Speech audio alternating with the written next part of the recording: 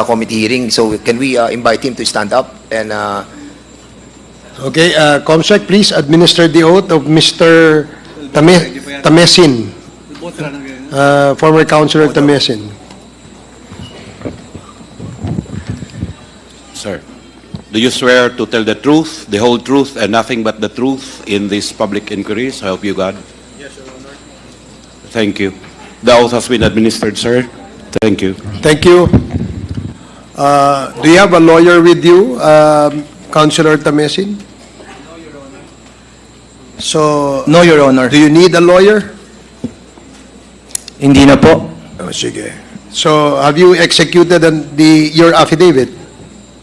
Yes, Your Honor. Ito bang affidavit na ito, ay ikaw, pirma mo ba to?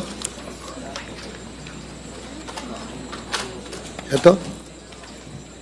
Hindi po yan. hindi kay Albotra? Oo nga pala. Nasaan na yun? Tamisin. Tamisin, oo. Ito. Pwede bang malaman ano yung full name mo, Councilor Tamisin? Ako po si Norvin Lantican Tamisin. Okay. Ito po ba ang iyong sinumpaang salaysay? Opo. Ito, wala ka pang pirma rito. Ikaw ba ay... Yung hawak ko po, meron po. Bali, maraming kopya po yun. sige. If we allow the resource person, Mr. Chairman, to state or narrate the sinumpaan salaysay, you may do so, no? Opo. Your Honor. That will form part of your yung testimony mo in your affidavit. So, Mr. Chairman, may we allow him to tell the story, being the a resource person and who happens to be the suspect on the killing of Mayor Cesar Perez, and you were jailed for 7 months. Yes, Your Honor. And now you are released. Yes, Your Honor. Na-release ka on bail. On bail po. So, na-release ka. So, Yes, Your Honor. meaning, ba't ka na-release? Mahina ka kaso or what? We filed a petition for bail and it was approved. Okay, siguro. Let's start from the start siguro. So, since you are under oath at wala pa kaming nakukuhang affidavit mo na pirmado, so you tell your story and narrate to this committee your side of the story. Go ahead. Ako po si Norvin Lantican Tamisin, naging konsyal po ng Bayan ng Los Baños for 12 years, independent, 2013 and 16 po, nahalal bilang independent at number 1 councilor po ng aming bayan.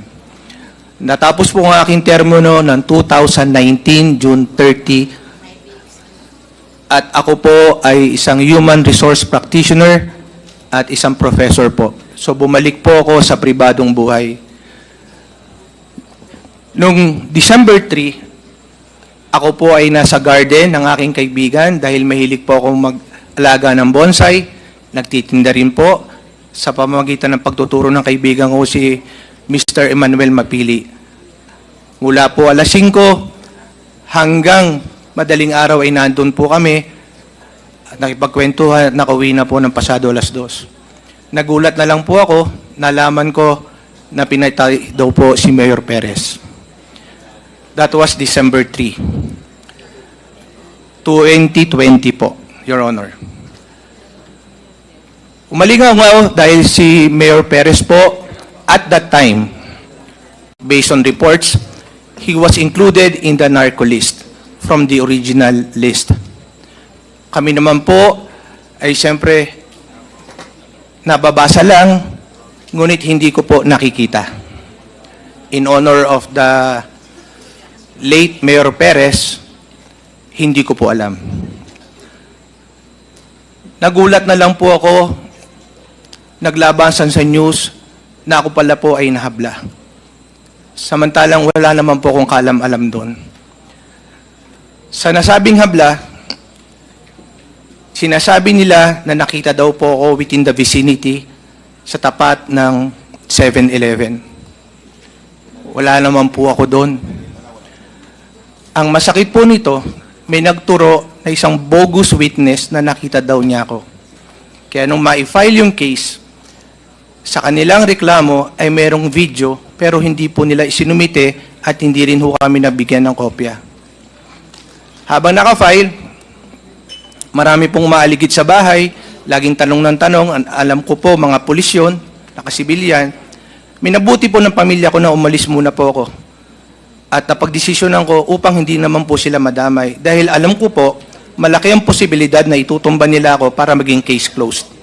Kaya lumayo po ako pero hindi po ako nagtago. Naglipat-lipat lang ako at nakikita naman po ko dahil kung sakaling ako itutumba, wag na lang madamay ang pamilya ko. May mga anak din naman ako eh.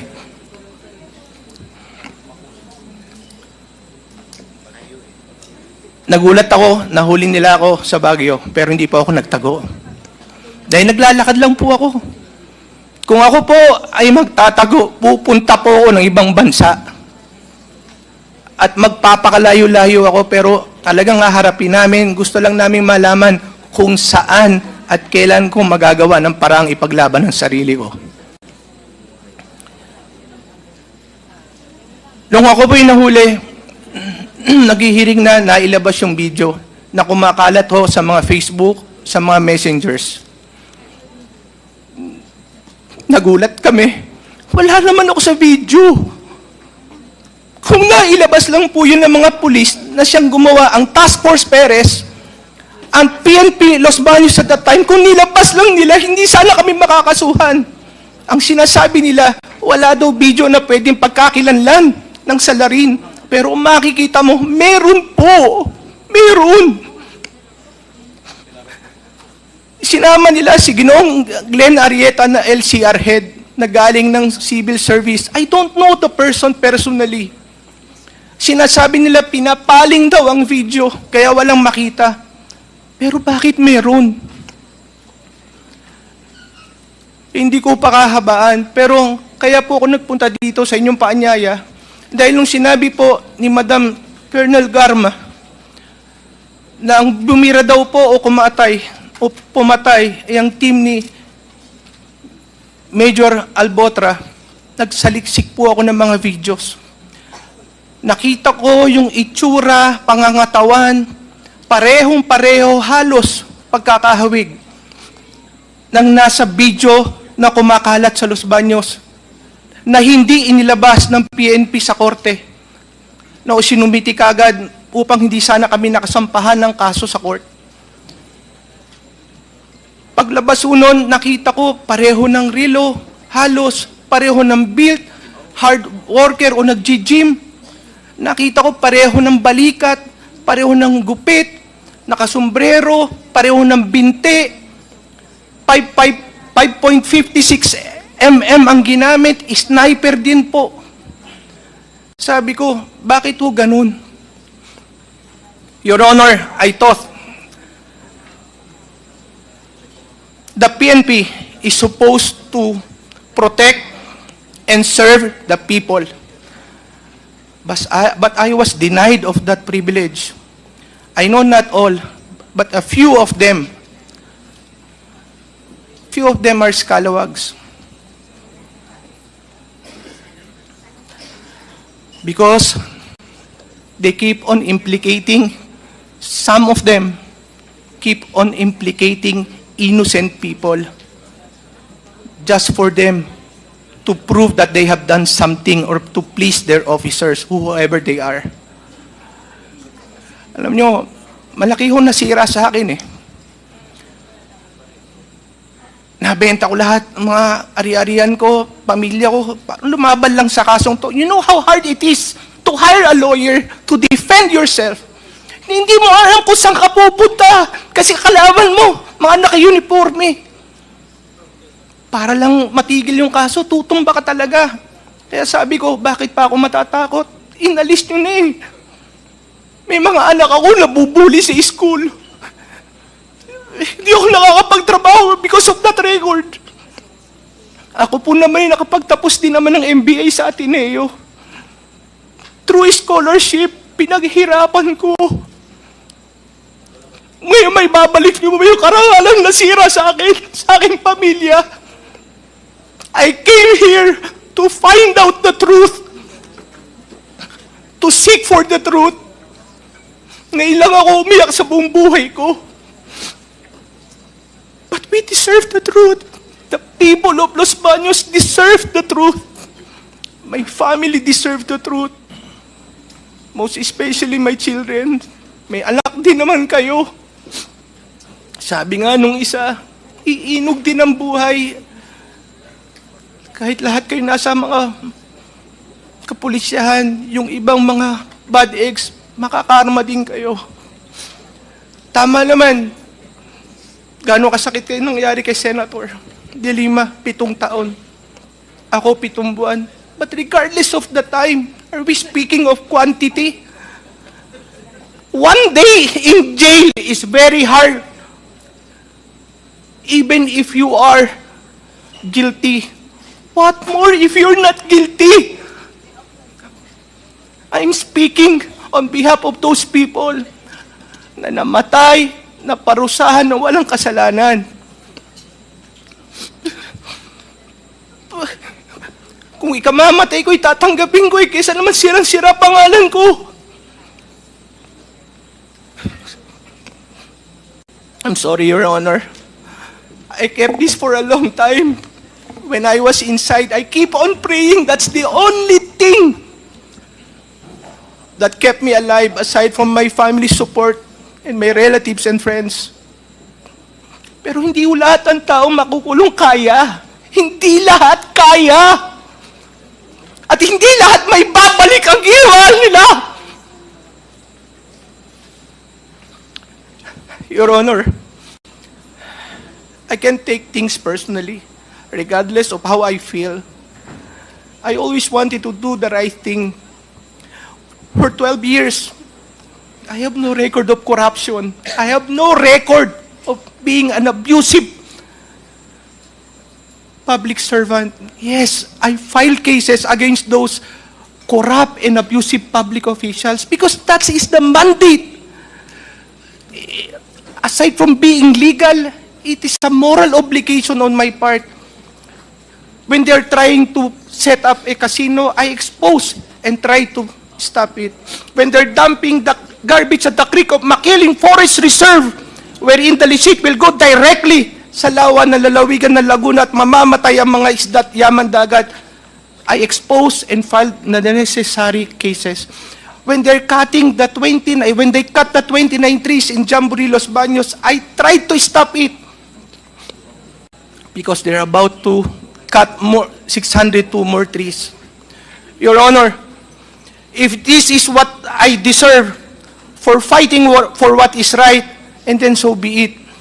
But I'm not a killer. Even in my mind, I don't think of it. Hindi ko po yan magagawa. Wala po yan sa pagkatao ko, sa pamilya ko, sa lahi ko. Yes, I file cases. But I don't kill people. That's why I would like to take this opportunity, Your Honor. I did not kill him. I have no idea why my name was implicated in this case. As a matter of fact, even if I have reasons or compelling reasons, still I will not do it. Hindi ko po gagawin yan. Because I believe in the rule of law. Kaya nga po ako naghahable eh.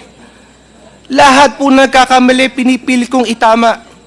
Kung ayaw po, nakontra ako. Pag ayaw, I seek the help of the court, especially ombudsman, so that they will be the one to decide. And at the time when Mayor Perez was killed, I'm no longer a politician or public servant at that time. Nasa private life na po ako. Hindi po ako makikinabang kung sakali man. Hindi ko rin po magagawa. Bukod sa walang kapakinabangan, hindi po yan ang aking pagkatao. Kilala po ako ni Sir Dan, nanungkulan po yan sa Laguna. Nangahabla lang po ako. Pero hindi po ako napatay. Thank you, Your Honor. Okay, maraming salamat, Mr. Chair. No? The only, I think, the crime or sin that you have committed is you're fighting against the the mayor during that time because being the vice governor of the province of Laguna during that time, I know this fellow, Mr. Chairman. And si Mayor Perez was also a board member during that time da kami magkasama. Ako po ang vice governor nila. At we have talked about you, how you fought the administration of Mayor Perez then. But it was a fight that is natural on a democratic form of our government. And I was shocked to find out that you were involved during that time that I was the mayor of the city of Santa Rosa already. And you were implicated. Ang problem, Mr. Chairman, nakakalungkot lamang that those people in power in the PNP organization, nakakuha sila ng sketch nung tao na allegedly pumatay. Pero ang layo-layo naman sa muka nung former councilor ng Los Baños. And I really am shocked to find out why these people from the PNP have chosen you to be the poll guy. Actually, you were poll guy ka talaga, but we will establish that. We will establish, and we will give these people that we have invited the chance to prove that we are wrong. And the chismis, allegedly, that was received by former GM Garma was indeed a chismis. We will try to prove it now. Now, Mr. Chairman, allow me to show a video, no?